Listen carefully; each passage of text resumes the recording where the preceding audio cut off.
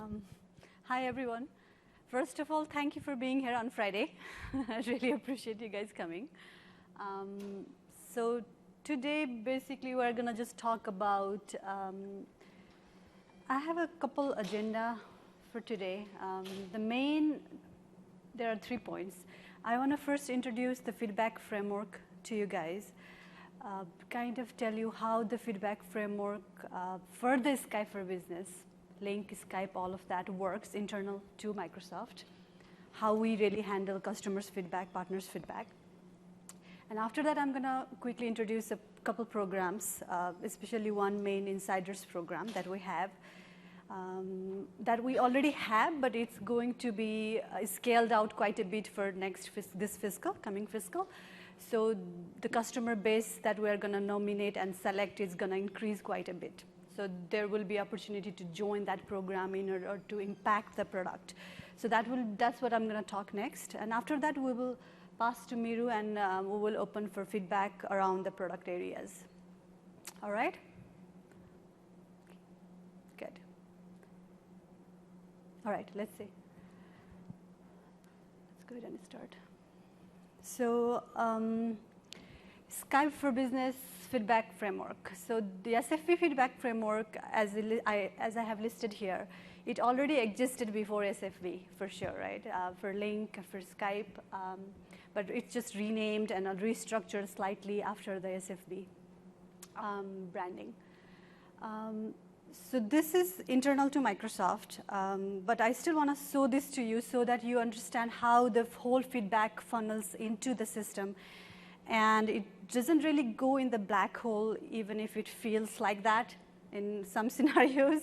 We do look at each and every feedback that comes from different channels. So when I say different channels, on the top of the screen here, you see public preview, insiders. Let's pause on that for now. I'll explain that later. But even, let's talk about Microsoft internal. All of the support channels that customers and partners talk to, all of those feedback. When I say feedback now, I'm not saying I like this feature, don't like this feature. I'm not talking about sentiments. Okay. So when I say feedbacks are feature requests. What do you want to see improve on the product? I want certain things to change, or I want a new feature to be added. That's what we call feedback in this framework. So that's basically feature requests.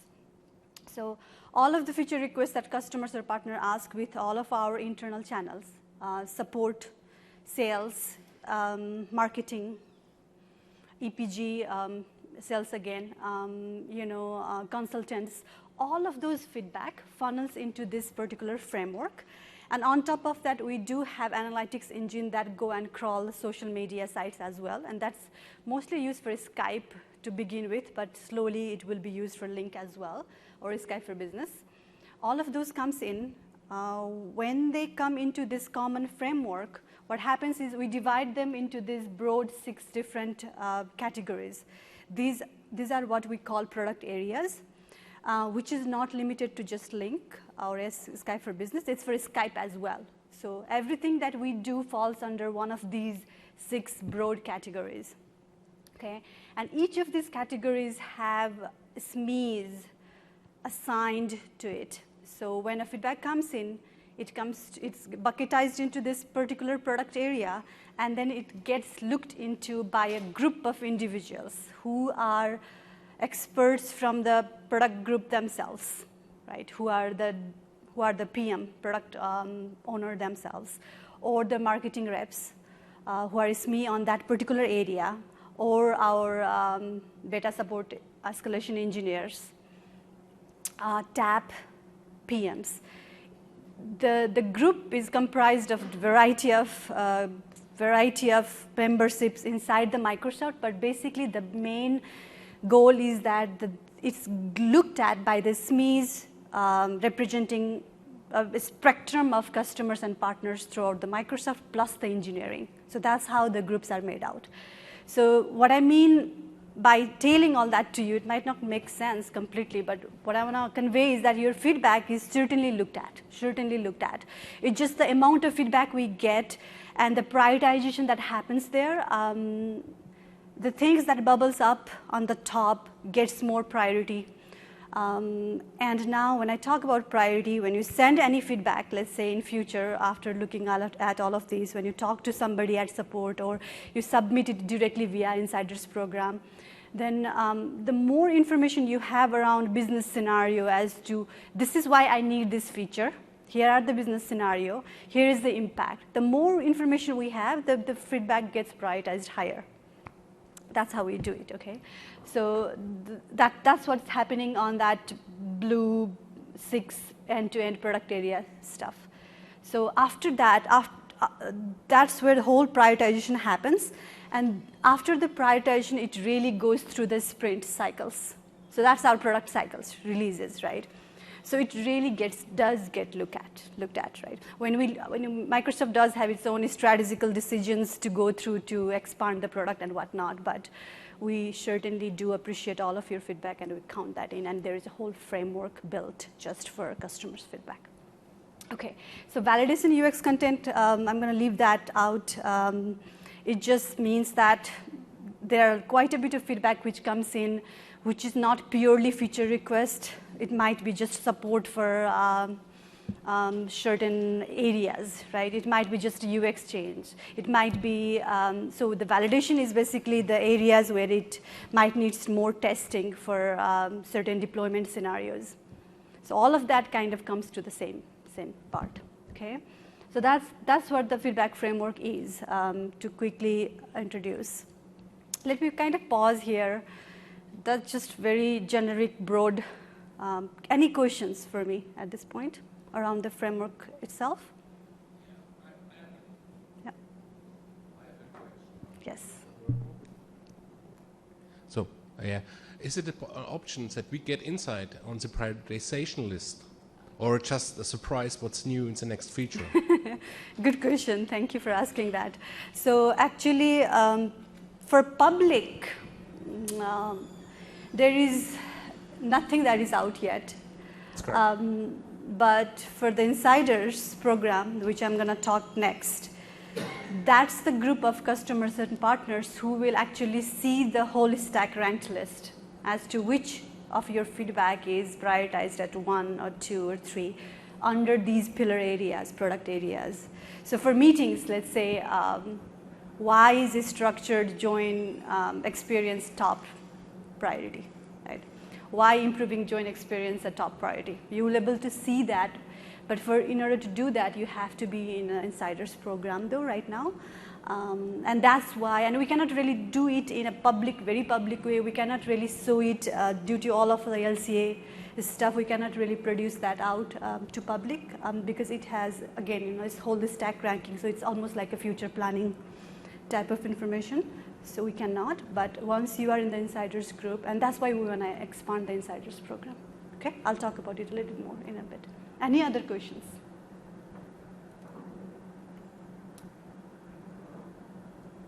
Okay, all right, let me expand then. I don't have many slides, so we'll just talk through it. So here, what I'm trying to do is kind of summarize program for you. So some of you are already part of our TAP programs previously, right? Dog food program or TAP program, however you knew that, which is a very limited set of customers who participate in server TAP maybe or client, who help us validate certain type of bits for maybe mobile, for server, or for client, and then help deploy it, and then test it, and validate it, and send us feedback. That's how it used to work previously. And that's a very limited set of customers and partners selected due to, looking at a multiple selection criteria, like deployment environment, how many seats impact, install base you have, and so on and so forth. And are you eligible for the server program or client program or mobile or, right, online. So that's how it used to work. Now summarizing, moving forward, we want to first, so Insiders program was just a small program, which how it worked as a beta test program was, Insider program was the only program which really did not need our customers to be part of the pre-release testing cycle to submit feedback, Okay, so it was a test program that we had launched last year or so, and it worked out pretty good, but for very few number of insiders. So with that learning, what we did moving forward with the Skype for Business is we have now a single pool of customers which we will have, which will be in the SFB Insider program. Now that we're expanding is so that more members can join, and yes, you still need to validate and submit your feedback for the pre-release bids, but that's not the only requirement. It's expanded, meaning the company or your organization might be very small, focused on online only. Your company might be very big and have everything, hybrid and everything, right? So depending on the nature of your company or organization, then we will tell you what scenarios to validate after you're part of the program. You'll get surveys to fill out. We'll invite you in the feedback sessions so that you can have direct dialogue with us, with our product engineering groups as to what's working best for you and what does not. So all of that happens for the whole group of SFB insiders. Okay. If there is a discussion around certain topic around online versus hybrid or versus server, then we might just send the invite to that particular targeted customers group only, so you will not bombarded with the emails and surveys and feedback sessions. So it will be very selective, but the pool itself is getting bigger. That means that all of the people who get into that pool will have this view of a portal, which will show you the stack ranked list of the features for each of the product area. Okay, so that's the goal. So that's the SFB Insider program overall, and currently we are open for nominations. This is an interim nomination, but we wanted to kind of jump ahead and start to show this to you while at Ignite, so you have opportunity to nominate either your own organization or the organization. If you're a Microsoft representative, then you can also nominate our organization that you're working with. Okay, so that's the link there, SFB Insider. You can go there and nominate yourself or your organization, because we are currently looking at a pool of customers that can be selected. Yes, please. We talked to our federal rep, and they said they didn't see anything. When did you submit it? It was probably, I don't know, a few months ago. Then that's not it. That must be something. Yeah, I wonder if that's something else. So this is a net new link that we actually just put up for Ignite, because we are kind of revamping our program. So I'd recommend you to go back and submit it, please. Because that's why. So previously there were multiple programs in different ways. Right now it's going to be just single program for SFB, all up. And we're looking at it very actively, actually, every day since we launched it, starting Ignite only. Okay. So please do that if you are interested in Insiders program. Now, there is no other program. That's just Insiders moving forward, and there will be targeted groups under it, like I explained, but it's just a single program. Okay. So another program that you see here, preview program. Don't be confused with that, with the public preview. It's slightly different. It's almost like tech preview, which is open for public, which is going to be there for Skype for Business moving forward. And it's not public preview. What I mean by that is, I try to explain it here, but it might be still confusing. So general public release, before that and after the pre-release bits are tested by the insiders group. After that, there will be a tech preview type of preview available for the public, all up, moving forward, so that you will have opportunity to test the new features and changes in the Skype for Business moving forward. And that's new as well. Okay, but then that's completely public, but it's like a tech preview. There will be, after GA, which is public release, there will be a final public preview, which is not just SFB, and that's the main difference, which will be for all of the Office suite, right? But before the Office suite public preview, there will be just the SFB preview available for public moving forward after the pre-release bits are tested through the Insiders program. Okay? Any questions and confusions in here? Yes? Maybe we can take it offline. Yeah. Just a little bit more about the commitment regarding the Insider. Oh, I can explain that right now, actually. Sorry, I didn't really put requirements in here because I didn't want it to discourage or make it feel like it's too little or too much. So the main requirements are you should be engaged in general. So now what I mean by engaged is there are 4 different categories of engagement. One is feedback sessions, attendance to the feedback sessions. One is feedback surveys. When I say feedback, again think feature request, new features, surveys.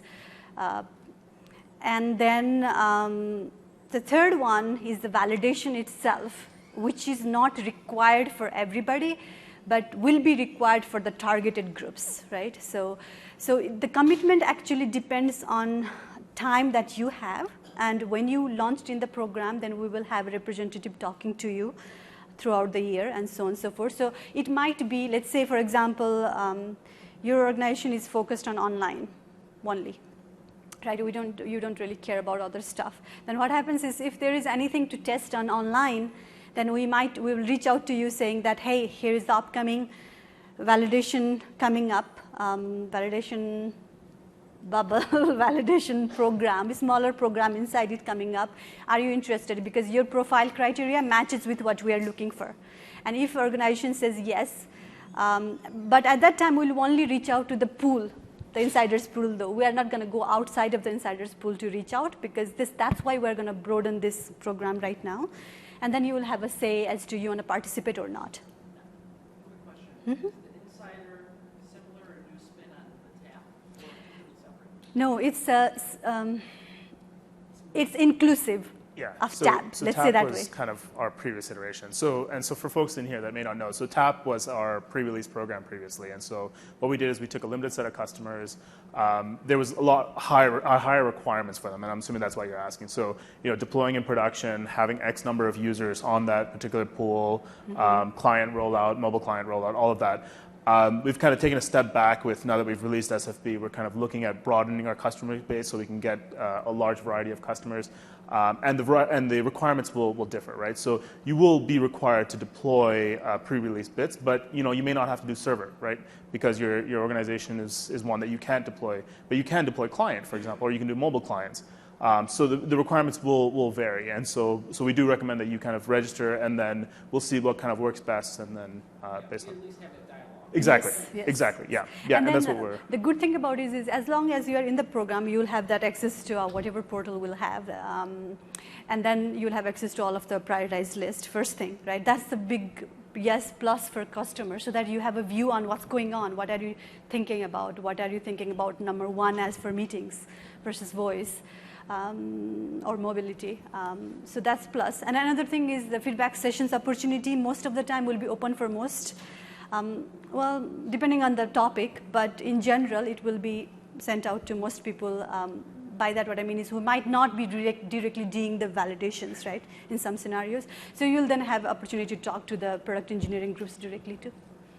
So that's a plus. But again, I don't want to overwhelm you with that either. Like Miru said, it still will be targeted, because otherwise you will be bombarded with the emails and feedback sessions, and so everything will be targeted. When you get into the program, and even in the first survey or the nominations form, you will see a couple of fields which is a little personal to your organization, right? It's just to understand what is your deployment base, what is your characteristic type of.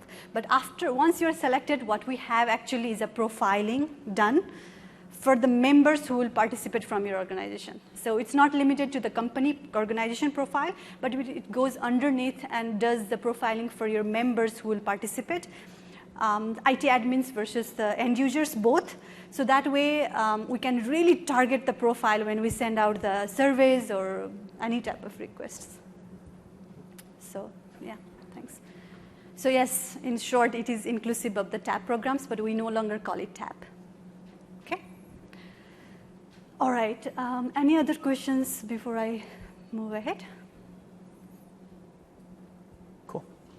Okay. All right, so I have 2 quick slides, and then we'll jump into the majority of the session, which is to get your feedback. So one thing we want to show is this is not a new process, right? We didn't come up with this overnight. We didn't come up with it just for Ignite.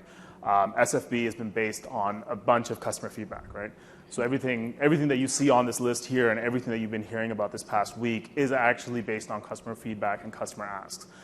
This is server-side conversation history, for example. I'm the mobile and client guy, so that's been on my #1 list since we released Mobile Wave 1. And so in our session on Tuesday, we kind of walked through that. So a lot of things have been direct relation to customers coming in. This next slide is an eye chart, so I'm not going to read through it, but these are kind of some of the high-level themes that we are tracking today. So I'm going to leave this up in the background, but at this point, I kind of want to, I'm going to review 1 or 2 of them, but then at that point, just kind of open up for feedback from you guys. A few things I want to highlight. Additional security on mobile, which is the first one up there. Again, we've heard this over and over and over again. Lync for Mac. That's another one that we've heard over and over and over again. So these are things that are at top of our priority list that we're kind of working with the teams to make sure that they understand. So, of course, behind the scenes, there's a whole bunch of other items that are on this list as well. But, as you can see, there's already so much text on here. I didn't want to scare you guys with all the themes that we are tracking. So with that, we'll open up for questions. We have a pretty small group, so, you don't have to come up to the mic. Just speak a little bit louder, and I'll try to repeat some of the feedback. But that's kind of really the end of the presentation that we have. So at this point, just wanted to open up for feedback and really hear from you guys. We've been talking for a week and we're kind of tired, so we'd love to hear from you guys on your feedback. So there we go. That's my spiel. Good. I have a laundry list, so I'll ask a few and then. Sure. So a lot of what people are asking internally, like training.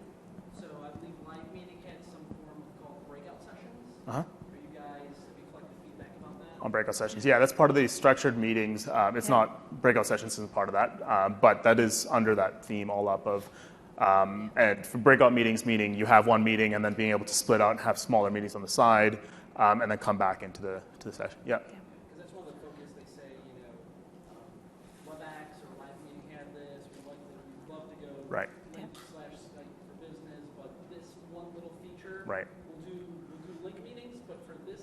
Yeah, we're gonna. Meeting, we're gonna do. This structure. Right. Yes. Yes. Yep. Cool. Thank you. So on Lync 2013, we have persistent chat. It looks like on Skype for Business, there is no persistent chat for now. Been told that those are going to go to Office 365 groups. There is no clear migration. So if I have persistent chat with members, what's the migration path for Skype for Business? Sure. So Skype for Business does support persistent chat. That works out of the gate. There shouldn't be any issues from you moving or migrating your servers and then not having persistent chat available today. That should work. It should still be in the client today. I'm not sure. So is it available for Skype for Business on-prem or? On-prem. Correct. Yes. So you're talking online. Yeah, are your specific questions for online? Okay. Online, I don't know. I'll have to follow up with you. Which organization are you from? Phillips. Okay. Yeah, online I'll follow up with you whether they've deployed that. But on-prem, it is fully supported there. Your second part of the question, it's not. I see Aaron shaking his head. Yeah, so no, sorry. So that's the question. I can follow up with you offline on if and when afterwards. In terms of the modern group migration, that's kind of an all-up Office 365 kind of big bet that we're hedging on is all-up group communication and modern groups, and that's kind of the direction that we're moving. So that's, but in terms of how you migrate persistent chat to modern groups, that I don't have any further information on at this point. Yeah. Related to that, just speaking for our organization, a huge investment in persistent chat, moving out modern groups and online only experience for that. Okay. And we've given that feedback before. Right. No. Yeah. No. I appreciate that. Yeah. Yeah. Go ahead. The thing that we've given feedback on is the MDM story. Okay. Story is not clear, and for us and other financial services, we've already made agreements or bets on other MDMs. Right. And so It's a third-party MDM. inventory into is a challenge. Yeah. Again, unfortunately, our strategic direction right now is we're going to go with first party. And that's kind of where we're at right now. We understand that there are some third parties out there. Francois had mentioned that, I think it was on Wednesday, was a session. He talked about kind of the complexities with going to different vendors and having to work with everyone. So right now it's kind of in tune. But we understand the pain. There are some other security measures we are taking to add encryption, pin lock, all that kind of stuff. But we completely understand. Yeah, exactly. So great, thank you. Good. Federation with other services. We've got for the financial industry, and a lot of people are still on AOL or Bloomberg. Right. Ability to talk to those folks. Yeah. So AOL and Bloomberg Federation is just P2P. Okay. Are you? So is it a persistent chat rooms federation as well, or is it just kind of P2P or both? Or in our case, it's a trading application, so it's just okay. Just person. In our case, persistent. Okay, so persistent federated chats and then P2P chats. Yeah, okay. we love persistence too. Okay, but priority would be to P2P. Okay, so AOL, I heard you mention Bloomberg. Was there any other channels that's missing that you think? Symphony. Okay. Okay. Okay. I think we had that with the We are. feedback for sure. We're definitely checking that. So. But Can you a bit elaborate how you do usability testing in the client? The mobility. Feedback from the customer, or do your own methodology for the user experience testing? For the mobility piece, you mean? for everything. Oh, for everything, all up. Yeah, so we do a whole bunch of different things. So we have, if I leave out customer for a second, I'll come back to that. Internally, we have usability tests. So we'll bring in people very early on when our design teams are going through some iterations, and we'll have them walk through the designs and give us feedback, and we'll take that. We have internal testing, so very, very early on, like on my laptop, I'm running everything pre-release, which is for better or worse. It's an addiction, but we start that very, very early on, and Aaron in the back is waving. So we start that. So that's kind of our internal piece. External, we have our TAP program, where we have hundreds of customers in our program, where we'll work with them one-on-one, very deep, get them in the feedback sessions and different pieces that Solana talked about to actually get their feedback live. And then we'll be expanding that with the Insider program, and then also with the Preview program, where we'll get public customers who may not be able to sign the right agreements for whatever reason. They'll still be able to provide us with feedback before we ship. So. I always wonder, because the most important feature Meet Now is still behind the configuration wheel. Right. Which I don't understand. Yeah, it gets. Everybody else likes it. Right. It's been mixed what feedback. What organization are you from? The Meet Now feature Meet is Now. still behind the configuration wheel, and it's one of the most important features, and it's hidden. It's Right. hidden, yeah. In the Yeah. US. Yeah, no, that's fair feedback. You'll see on some of our devices, like for example on the Surface Hub, the Meet Now button is a bit more relevant. Same thing with the RT100, the Meet Now, that kind of go into a room and just start up a meeting kind of thing. That's becoming more relevant. We found on the desktop, most users are kind of just joining scheduled meetings. They're not doing Meet Now as much, and so that's why we've kind of hid that so that it doesn't confuse user. But that's very fair feedback. There is, scenarios where, where we want to just Meet Now and be able to just have that quick conversation. So. Cool. I know that Skype supports Linux. Skype for Business does not. Right. I want to know if I can get my users off of Pigeon. Some of my users off of Pigeon. Right. Is there any, Fair enough. Nothing to share at this point. But that's fair feedback. Pigeon support, so running on Linux, basically. The alternative is to use web app to join meetings and stuff like that. You'll be able to do that. web app will work in both browsers on Linux? You won't get audio video connection now that I think about it, actually. But yeah, that doesn't work at all. But Audio video, that's why. right, yeah, fair enough. Yeah. Okay. Yeah, go ahead. How about like a more traditional punch group?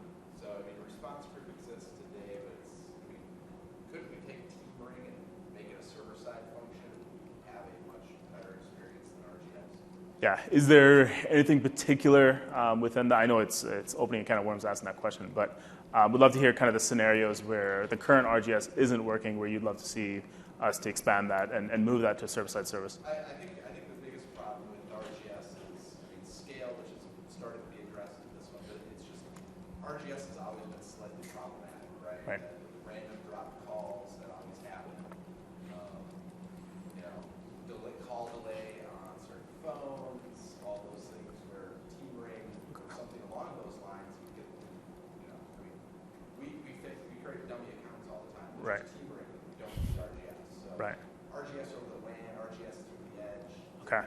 So all up RGS.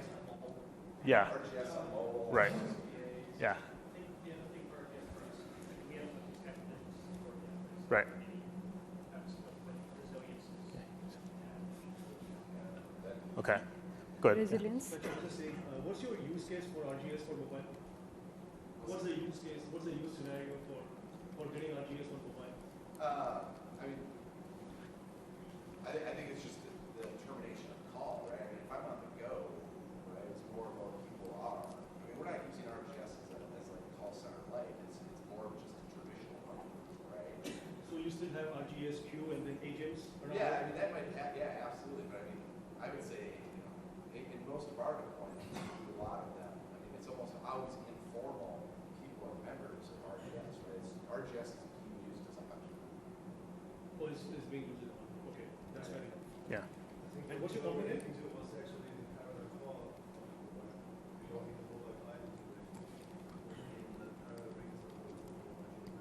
Yeah, I just want Yeah, it kind of. It's effectively just being able to take a basic group call Right. on your mobile and establish that linear path, because a Right. lot of customers are going out and deploying RGS in these small 5-person call scenarios where it's just coverage for a boss admin or a coverage team for a group of bosses, and they expect their admins to be able to pick up that call wherever they are. Right. And right now, we drop that call or don't send it to their mobile. What's your company name?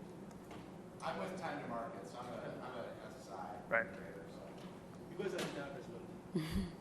yeah, and we're in TAP as well. Yeah, thank you. Okay, so, okay. So we have quite a bit of Lync system, and we are hearing that it's going to get rebranded. Then there is the Surface Hub is coming, and then Polycom announced the Roundtable R200. 200. Yeah. And if I go across those three, UI is fairly different. Different. And our biggest challenge with end users is UI, the adoption. Right. And here we are with the 3 different UI sets, and Yeah. that is not going well. Yeah, so you'll notice on the Different. Surface Hub and the RT100, it's very similar. So you'll have like kind of the square videos on the side, you'll have your sharing, and that's kind of the design we're moving towards. And that's where the Lync Room system will kind of get to the next design stage. But yeah, no, that's definitely fair feedback, and we do want to move to a common UX across the board. So it doesn't matter what room you walk into, doesn't matter what hardware, you know and understand how to use it. And you'll see that even with the Skype for Business client, right? Where a lot of the buttons will start to look the same across the different platforms. On our mobile clients, when we start to rebrand those as well later this year, you'll start seeing that as well. We're very similar, and that's kind of the approach we want to get to. Doesn't matter where you are, what you're using, you understand, and you can get in and understand how to use that. So, but fair feedback. I think there was a question. Yeah. The problem with RGS is that after the Connect media streaming issue, so the force came in on OCS time, and we check it on Skype for Business, and it's always the same problem. When did you, Microsoft, fix that? That's the biggest problem in RGS, that the most customers do not use I have a big support team, and all my support guys says, please do fix that. That's when you are at home office, you have a time delay between 5 and 10 seconds. That's Right. terrible. Right. So MSP, we have the voice RGS one. We are tracking that. We're tracking Yeah, that, we are right? tracking that. I looked over here when you guys were talking about RGS to see if I included it. We included the PSG enjoying experience and not the RGS. But yeah, that is something that we are tracking. That is very high priority too, I think, right? Yeah. Right? Is it? I don't remember for the RGS. Priority Where is wise. it at? Yeah, that's one of the It's one of the top themes, yeah. So that is one of the top themes that we're looking at. largest requests are from top. Right. Yeah. I'm also part of a financial organization, and I was wondering if we can get P-Chat on the mobile clients. Can you repeat the question? P-Chat on mobile clients. Yeah, that's fair. And I see nods from folks that are using P-Chat. How many folks are looking for P-Chat on mobile? I'm curious. Kind of. Okay. We are, but it's not at high. Fair enough. Okay. So 2.5. Okay. Cool. Good. So I'm going to kind of bring it up a little bit. Do you have to be a member of the TAP or the Insight program? Kind of the evolution evolution of the client, the strategy, the push versus the pull. A lot of what we do is, we have corporate images. I purposely block this because we like to have 30, 60, 90 days in advance to do a rollout to our client base, our internal customers, to politely roll them in to make them feel comfortable with this. Right. And this is the first when we have like a lot of M&As, and you've had monthly meetings to do this, and then all of a sudden, suddenly they see that they're automatically allowing approval, and you Right. go into the actual database and you see 500+ clients, and they've trained them. But now, so I can get very deep in the weeds on this. I know how to control the Skype UI, so we've updated that, but it's the bells, it's the whistles, the hooks, the click to call, all those little intricacies. Training. To be ahead of that, the push, like I said, the push with the pull. This was like really challenging to kind of control this because now we have Right. a percentage of people who say they love it, but they're surprised and they're challenged because they're kind of merged in this kind of this filtered world here. Right.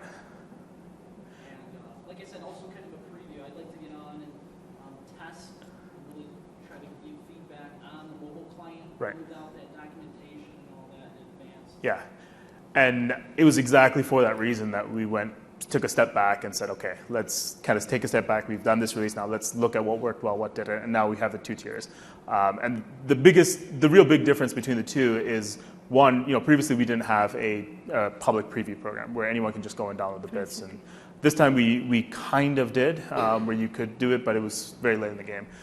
We would like to kind of see how we pull that in, aside from insiders, because we understand that not every organization can make the commitment to be an insider, right? So we want to make sure we definitely have both parallel trains running and being able to give you that early access, so you as an admin can kind of go through and understand that what's coming. And I just want to make sure, because I've heard some feedback that the two essentially office updates, because 2010 separate, 2013 we're merging into kind of the office world. Right. I've heard some posts about possibly that these office updates, as they start rolling down the line, might be enforced in some way, where you have to get to this level or a prereq for something else down the line. Yeah, that is true. And the reason is we share common components with Office. There's a lot of integration scenarios that kind of come into play there. When you have Outlook and Office running together, there's certain components that we rely on as well. Because of that, we do need to have that as a prereq before you install the update. Like I said, I don't think that's clear. I pulled it out of the weeds out of a couple things. Right, okay. But I don't think that schedule, making it more clear to the enterprise. Got it, okay. Because they may come to that roadblock where Right. they don't have that ability right now. Yeah, no, I think that's fair feedback. So being able to publicly say, hey, here's all the stuff that's coming, and here's exactly when and what and 30, 60, how. 120. Right, view of. Got it. Okay. Okay, that's fair feedback. So as part of the program, though, there will also be Yammer groups and social groups coming up where, because there is nothing right now, right, for the SFB or Lync, if you think back, there is nothing where customers can just go in and say, here is the issue in one single place. So that's a part of the planning that's happening in the program as well. For me, what is huge is it's not, I like the product, I love the product, it's not just Microsoft, it's networking with your other peers. True, yeah. That's exactly how we are thinking it. That's what you build on. Yeah. That's exactly what we want to build on. Question. Yeah, so kind of piling on there, we got surprised with the UI changes on Patch Tuesday. We had discussions with our reps, and they said, don't worry about it, nothing will happen. And then the patches came out, and the UI changes were marked as critical patches, is how they were categorized. Right? Well, a lot of companies, unless maybe it's just us, we roll security critical patches Right away. Yeah. Right? And so we had about 25% of our clients got those real quick, and there was a whole lot of confusion around it. So That's pretty Yeah. we need to understand that stuff's coming. Yeah. There's a lot of marketing around getting people excited about moving to enterprise voice, and when you just Right. change things out, it screws up everything. Yeah. It was a miss on our side. I take full blame. I personally will take full blame for that on behalf of the rest of the organization. Not me personally, so don't throw stuff at me, but yeah. Yeah, good. In relation to the question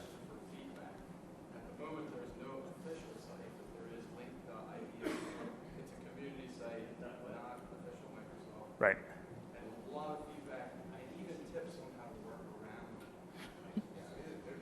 There's So let me- thousands of feedback. Yeah, the user voice, yeah. Very serious. So let me talk to that too, actually, if I can.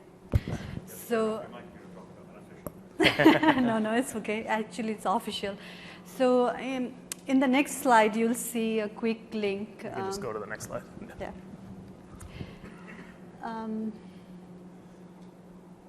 Oh, you can talk to it. Will I get to the next slide?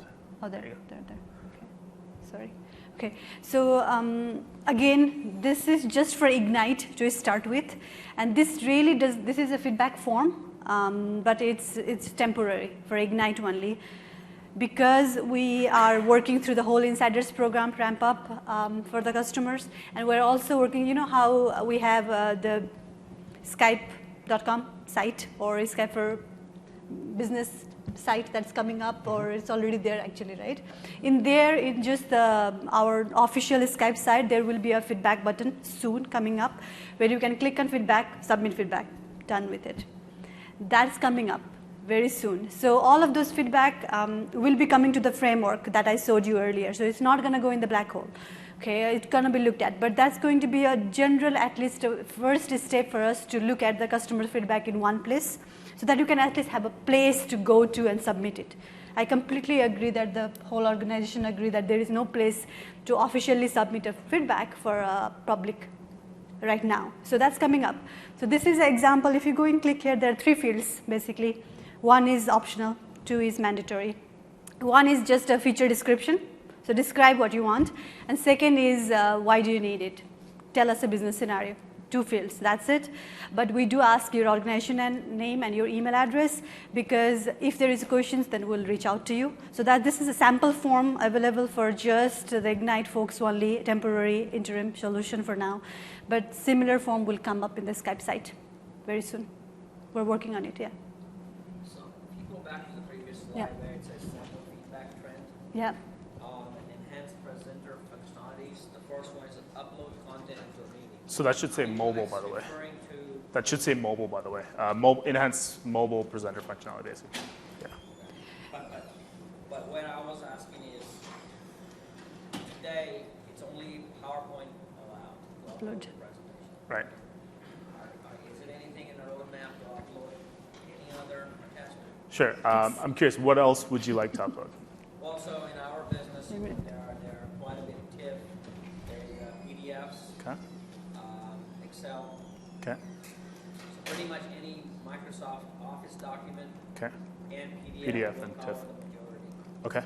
I don't have anything to announce or anything, but that is something that we are tracking, though, to be able to upload other content. Yeah. Aside from PDF and TIFF and then the Office products like PPT, Word, and or PPT already exists, so Word and Excel, is there any other file formats that folks have heard of requests to being able to upload? Graphics. Okay. Graphics too. Are they only going to be from OneDrive, or are you going to allow other services like Box? Yeah, so how we actually do it, I have no idea, to be honest. But I'm just curious kind of if there were other formats that, but I want to come back to your question in terms of services, because I do want to hear what other services folks. Video, I mean, just upload and share it. Okay. Many people like to share video with the sound. Okay. Okay. Is that in smaller meetings, larger meetings? It can be both, actually. Okay. It can be replacing the sharing video with the sound. Okay. Or for training and Okay. marketing or something like that. Got it. And when they do the sharing with video, is that more one way? Is that kind of collaborative meetings? It's one way. Okay. Okay. I don't know if you've seen our broadcast features or our new broadcast functionality that we've announced.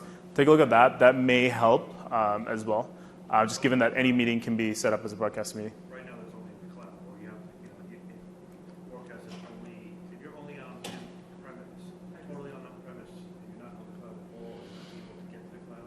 Correct. Then you can't use the forecast, correct? Correct. Yeah. You do need an ADFS connection to the cloud. You don't need to have any users homed on the cloud, but you need, yeah. If you're completely just, Right now, we're not there, right. Yeah, and right now that's our solution. Whether that will be the solution moving forward or not, that's yet to be determined. But that's another fair feedback that broadcast meetings should be, or you should allow broadcast meetings even if you're not, or you don't have any service components. Since we discussed broadcast meeting, Yeah. The ability to control the impact of the network would be very appreciated. Control what, sorry? Control the impact of the network. Oh, impact on the network, okay. Because 10,000 user is nice, but that's 10,000 inbound video stream. Okay. So we do not respect CAC policy, and we don't have QoS. No, I think the CDN network will actually do that for you. I'm not an expert in terms of. The internet, yes, but the internal, we have large organizations. I see. Okay, so pull it down once and then distribute it. Okay, fair enough. First her and then him. Yeah, sorry. So last night, the session I heard today was kind of uncomfortable to hear. You talked about Skype for Business hybrid doesn't support the resource force model. I see nods here, so I'm assuming yes. I'm not the server guy, so I'm going to look at these guys. Yes. 2013 did, but Skype for Business doesn't. No, 2013 doesn't. 2013 well, doesn't. okay. You don't support hybrid model, which is from a resource force, which is pretty devastating for people who are all in on the resource force model. Right, okay. There are a couple of different scenarios. I don't know the details around that. Some of them, yes, I think were rejected, and Right. Okay. We'll get back to you on that. Connect with me. Yeah. Okay. Yep. Huh? Something is in the works? Yes, that's Okay. what I'm trying to say. There's multiple scenarios we're looking at for the whole forest supporting that, but then not all of the scenarios are gonna be supported for sure. But we don't know yet 100%. I don't think we have said it 100% that we are not gonna completely support it. Did you hear it in a session that we're rejecting it completely already? No, I just heard that you didn't have it, so. Yeah. So we. in our- Yeah. Yeah. during the So it. resource model, you're asking us to go to O365. Yes. Yes. We can't go, right? Yeah, Right. yeah. So that is coming up actually, but just certain scenarios will be approved. And I don't know the details yet. So If you're looking for, if you have any topologies you're looking for, please let us know. yeah, let's talk after the call. He will. But I do want to come back to your earlier piece in terms of uploading content from anything outside of OneDrive. I know you mentioned Box. Are there any other services that you would use that host files? Box is the big one that we use. Okay. And I don't know whether or not it supports it from email, I mean, because I haven't used it, Right. but from an email also would be Okay. good. Okay. So would that just be within your email, or would you just save that locally and then, So I'm or it's just, So I mean, other services that do this with the mobile client, right? Just Right. don't have email, it has. I see what you're saying. Okay. Click on it. So you mean specifically from the mobile? Okay, got it. Okay. Yeah, this is, yes. Got it. Okay. Cool. Okay. And then. So last year, on Las Vegas with the feedback round, we talked about two features. One feature was one transfer, and the problem today with Skype for Business, I laughed at. The problem is that we have the call transfer. And for one transfer, that all email customers use that with a normal PBX today, we must have a plugin partner to do that. That's not the experience for the users that have the call transfer in my Skype for Business client.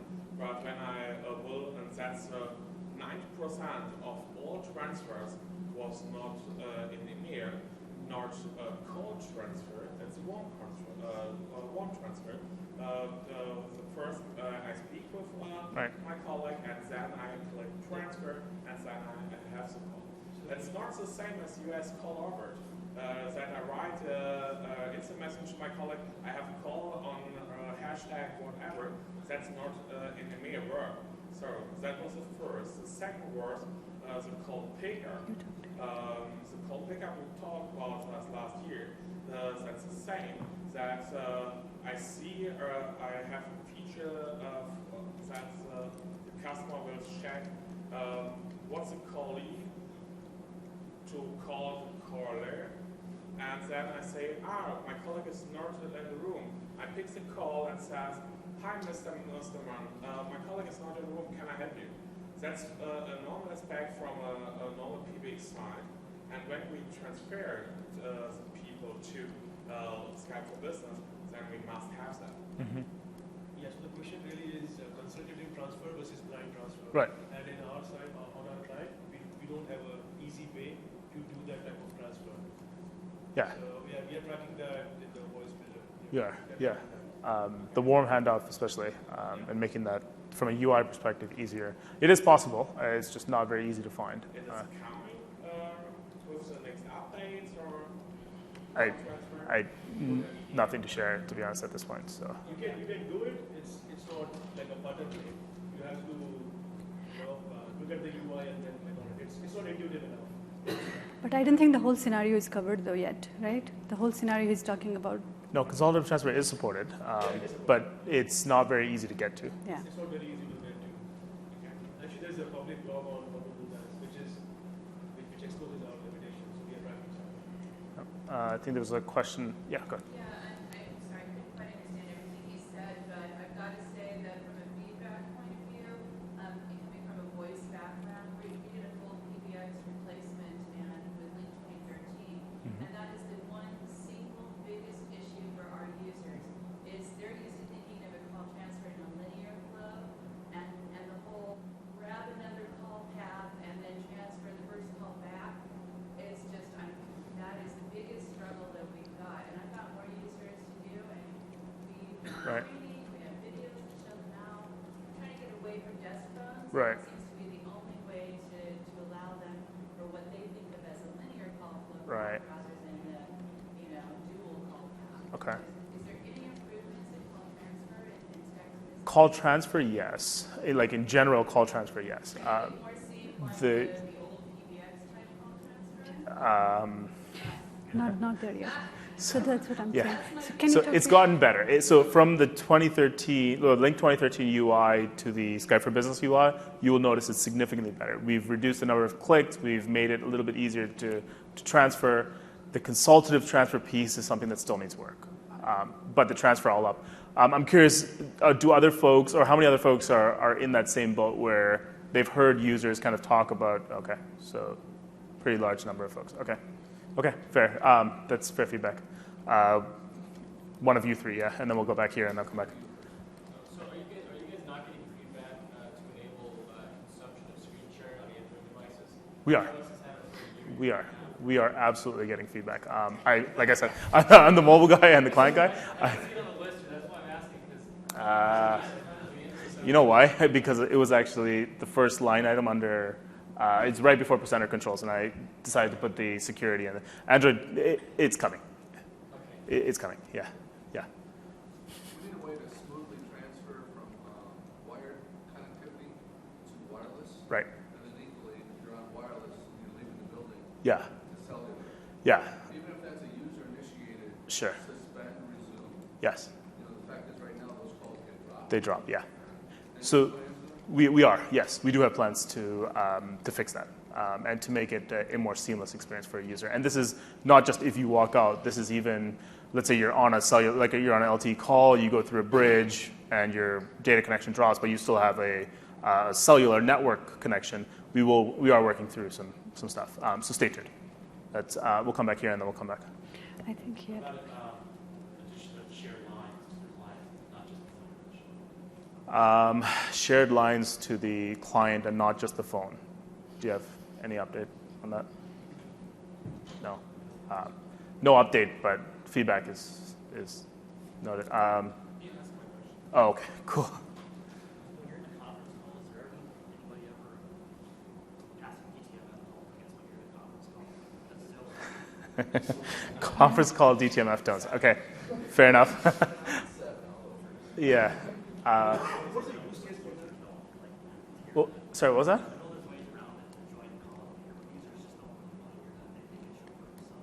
Right. Yeah, what's the use case for sending the data? I'm talking to one of my coworkers who need to call in to Microsoft tech support. Okay. Got it. Okay. So it's not the meeting scenario. It's more you're in a call and it's okay. You're adding a third person, which turns into a meeting.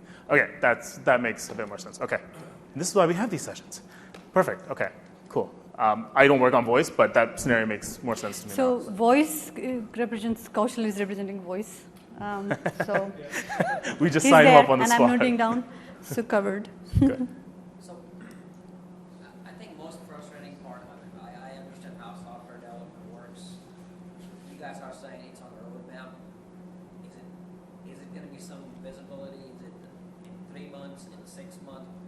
there. Yeah. It's coming. You said it's coming, so it could be 3 months or 3 years, right? The problem is I don't get paid enough to tell you the answer to that. It's the marketing guys that are the ones who own that message, except if you join our program, then I can own that message to you.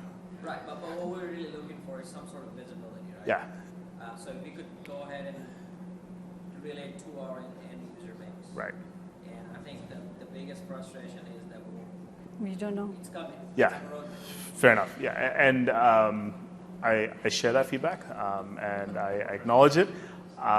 We do have an NDA roadmap, so check with your account teams. That has. Even on NDA, we get. No, that's what I'm saying. So I was going to say there's some better detail, but not as much. Join our program. Then I can deliver that message to you because they pay me enough to do that. But marketing owns our public message, and I have no control over that. I'm just on the engineering side. I make the products work, and they deliver our message for us. So one team, but just different ownership. So, but very fair feedback though. Yeah. Sorry. Go ahead. We're trying to put Lync voice in on the traditional voice side of things too, and we're struggling with the lack of coverage and that kind of stuff. One of the things that I'd love to do to go forward is replace some of the people-y functionality with more rules. And so right now in Exchange Online, there's some call rules that say if it's from this number, go to voicemail. If it's this number, find me. It would be really great if that functionality existed pre-Exchange Online. So when the phone first rings, and not making the user wait through 3 or 4 rings or whatever to then be able to say, it's in my address book, go find me. If it's this number, this guy that's really annoying, never answer it. Got it. That would take some pressure off the people. Right. I'm curious, where would your users set that rule? Because I'm assuming it would be a per user setting, or would this be a global type setting? No, it would be per user, I would think. Right. It would be somewhere they can find us, and I don't Right. know, it's in the client somewhere, or maybe, Yeah. I don't know, but yes, definitely per user. Yeah, and the reason I'm asking that is because we've gotten some feedback that even certain features that we do have, it's very, very hard to find. So I was just curious to see where you think that would show up, or where users would think that, hey, this is where I'm going to go and look for that feature. If you have answers, feel free. Well, think about it. If you're looking up based on contacts, and contacts are listed in Exchange, maybe in Exchange, integration of Exchange rules. Okay. So you mean? You need information for. This works today in Exchange 2013 on-prem or online. Right. And users effectively, the problem is we hidden that in Allah only. That's the only place you can manage it. Right. That's the bigger problem than the functionality. Got it. Okay. It's hiding that UI. Right. So. But to be clear, I don't want it just in Exchange. I want it before the phone rings into Exchange. Yeah, so that one's a little bit building on that basically, but that would be kind of building that into the Outlook client. But what you're saying is build this into Lync client, so it's before the phone even rings, or on the user side, we at least know what to do with that. Right. We've got vice president people that they just don't want their phone to ring from certain numbers, and right. We've got a button in Cisco called iDivert where they call comes in, we blast them, and there's you can do that with the mouse. But right. It'd be great if we could take that one step farther and have the rules work immediately when you get to the call. Okay.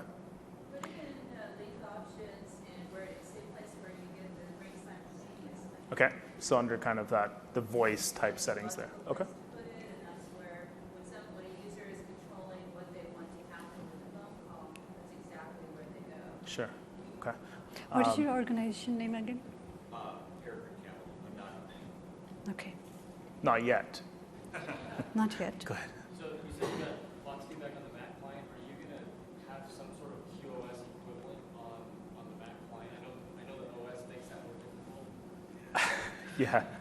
The OS. Yeah. Mac users really appreciate that, especially. Yeah, I don't know, to be honest with you. But we can take that at QoS on Mac. I know we are tracking an item for QoS on Mac, because even for our current iteration of the Mac client, but as they work on kind of next gen, I'll make sure to funnel that feedback. Just a severely degraded experience for most of our Mac users on wireless. Yeah, right, right. Okay. We're rolling out Lync in some video in some conference rooms because instead of buying like an LRS or lifestyle sort of you're gonna have you own the Lync. But in several of the rooms, we need the ability to switch between 2 cameras, Okay. different views, one of the audience, and then one of what might be in the front. Sure. And that's available like in Skype Consumer, FaceTime.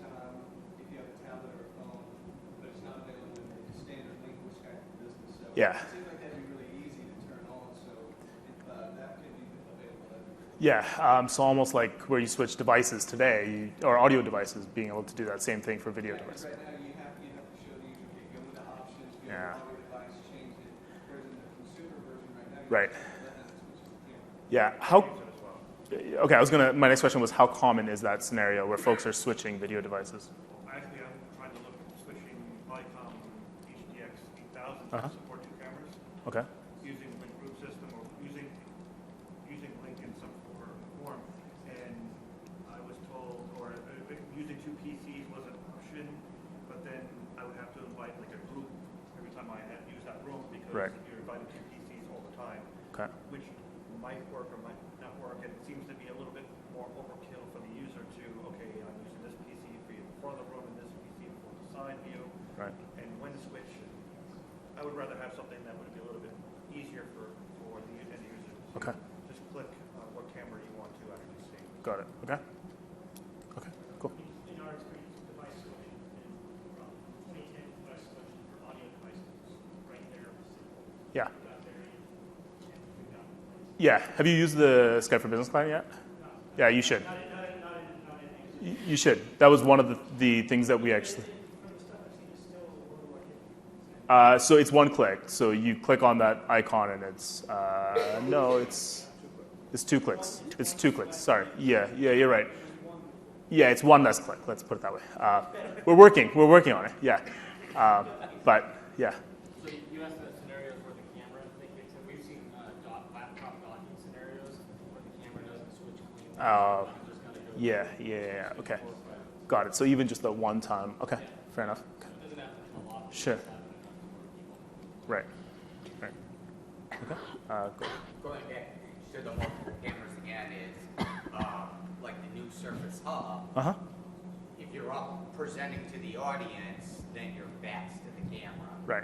So being able to have a camera on the table I see. that can do for the remote people, because you're either presenting Yeah, I to see. the people in the room or you're presenting Remote. to the people Right, on right. the web, and that's the same with like the smart room system. Right. and Yeah, the okay. others. So we end up having to set up a separate PC Oh, that's a good point. Yeah. for the presenter, but Right. you can't have both audiences. Right.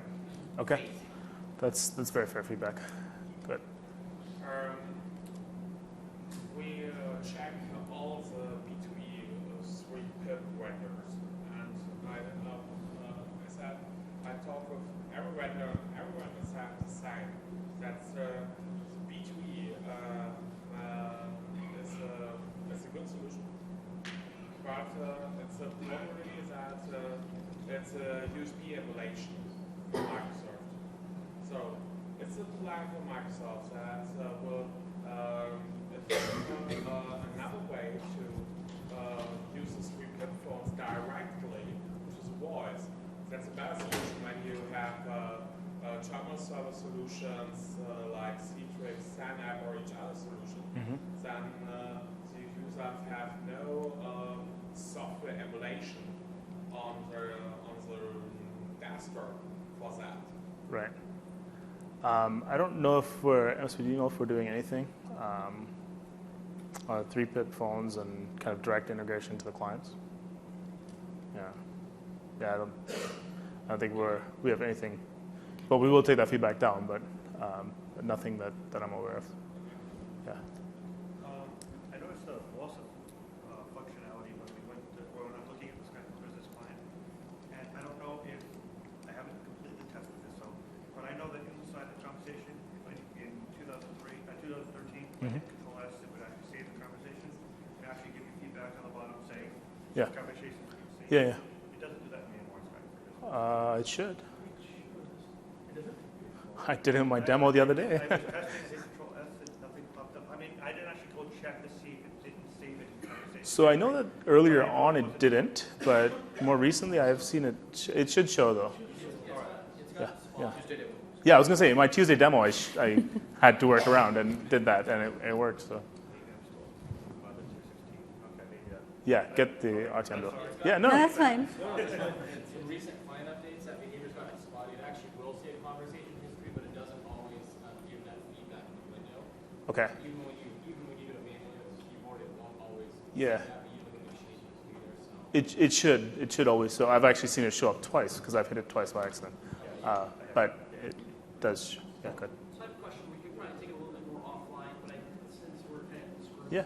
are the local account teams, reps on board, and do they know what's coming down the pipeline? So, for instance, several sessions I've sat in, a lot of slide decks I've seen, they said contact your local rep. And this goes back to the push versus pull methodology. Right. I really think Skype, I like it. I love it a lot. I really think Skype for Business is becoming the face and the front of Microsoft.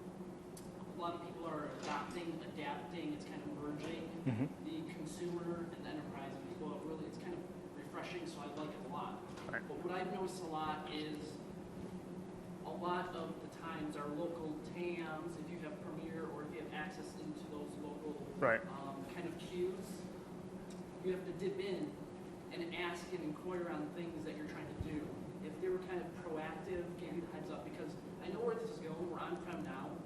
I love ADFS and all that. I know where the hybrid, I know where the roadmap, I kind of have that feel. Yeah.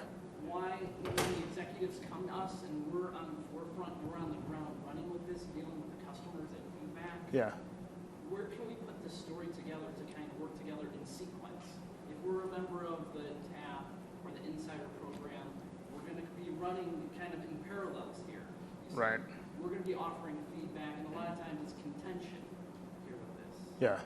So let me make sure I understand. Are you talking about contention between your feedback versus what we're hearing from the field, or what? So like we inquire from the field, we'll say, contact your local rep. Okay, I see them a couple days here. Yeah. They have lunches with whoever. That's cool. Sure. Dog and pony shows. That's great. Yeah. We're on the front.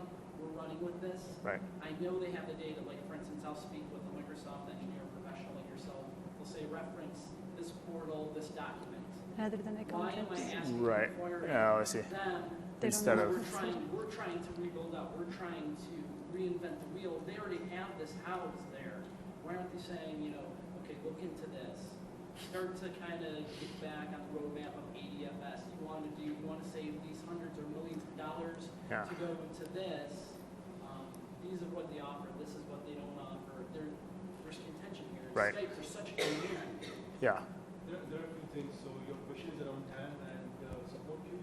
So those roles, responsibilities are more for helping customers with break fix or updates, those type of scenarios. Yeah, maybe we should talk about it. Insider is a good place. Your concern is though, how can I get updates or proactively this is going to change, right? Well, I'm told we have a specialist, and I know what his name is, and we'll take it offline. And a lot of times they sit back with that and they wait to be approached. So I think the feedback's clear. We need to go to our field organization and make sure they're pushing data as opposed to waiting for customers to pull that data. I think that's clear. That's fair feedback. Even in clarity in the client push, it would have been nice to have, hey, this is coming down. Instead of finding out on Monday from you guys that, hey, we got to stop that patch. Oh, I already went out to 10, 20% of our organization. Right. Stop it. It would have been nice for our organization. I think this is where you're coming from to proactively tell us, hey, we know your Skype for Business, we know your Lync, we know your whatever you use it, we know your Exchange, we know these products are coming out. These are things you should be aware of. Instead of I have to call up support and then open up a case to find out you already knew 2 weeks ago. Right. Okay. Very frustrating. Yeah. So some more organizational feedback. I think that's fair. Yeah, I captured it though, and that's a very valid point. We thought through all of that actually, how customers stop from place to place before it actually comes to us, right, in the group directly.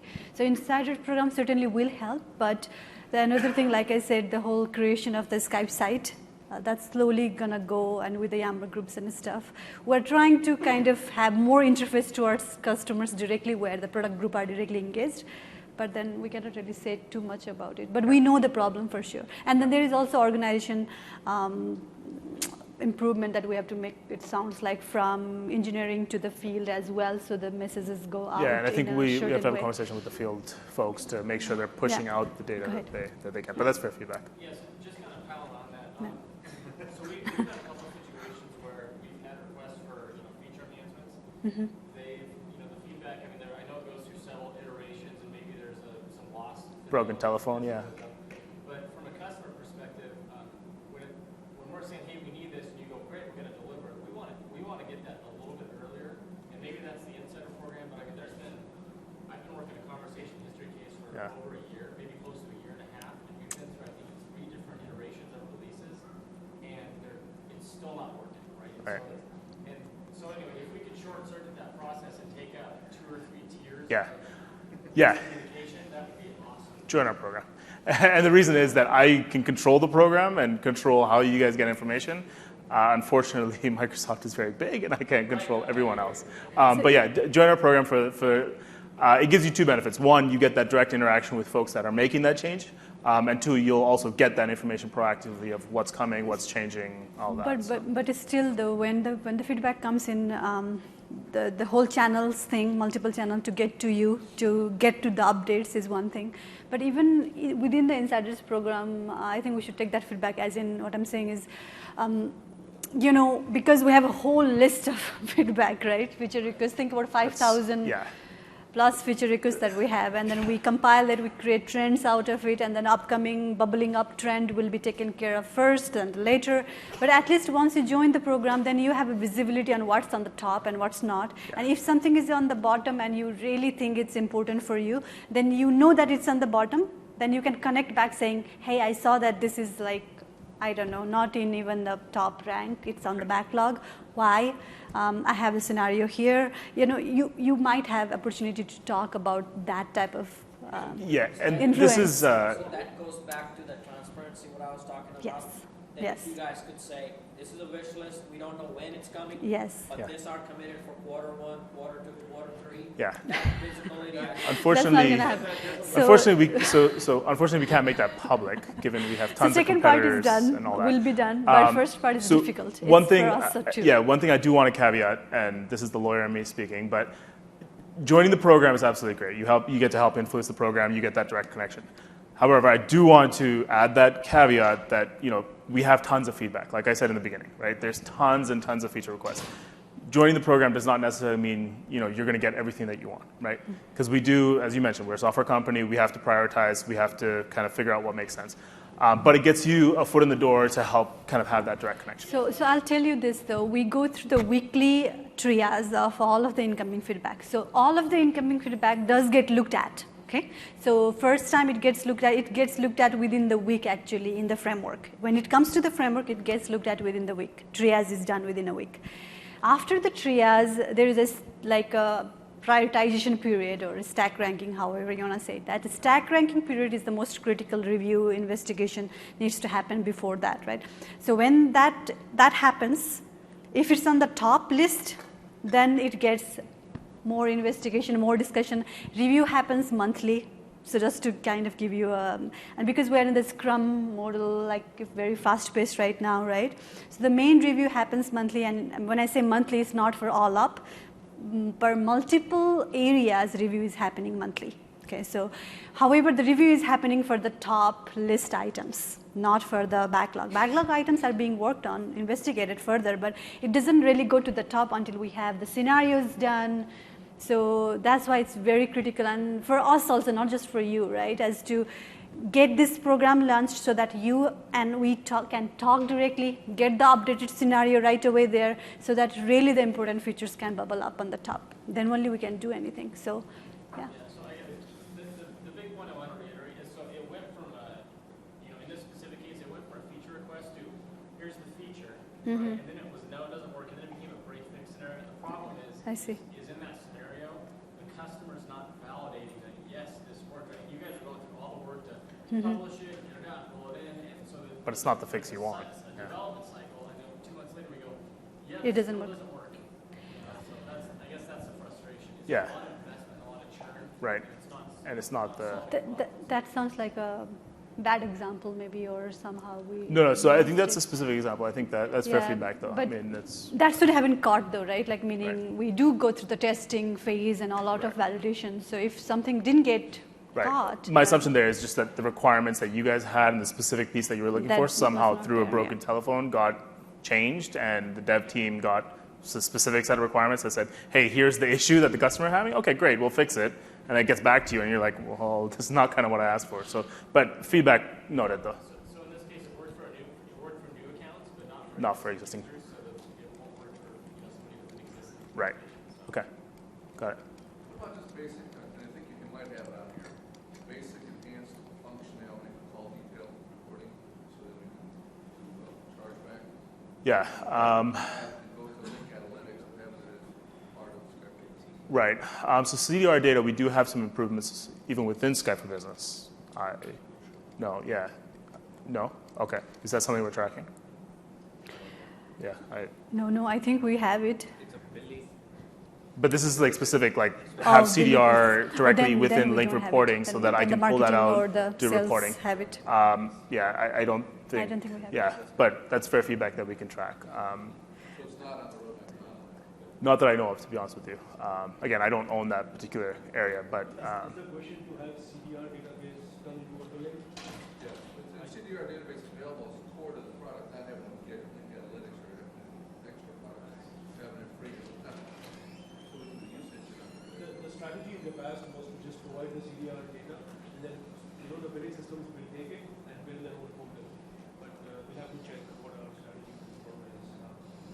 Yeah, so I think they've already opened the door and they're going to kick us out very, very soon. We'll be around. We'll be just kind of outside because they're going to kick us out. So we're more than happy to stick around and take more feedback. Well, thank you so much. Again, thank you guys so much for your feedback. And then this slide here, I want to say thank you on this one more time because this is your feedback, seriously. So thank you so much.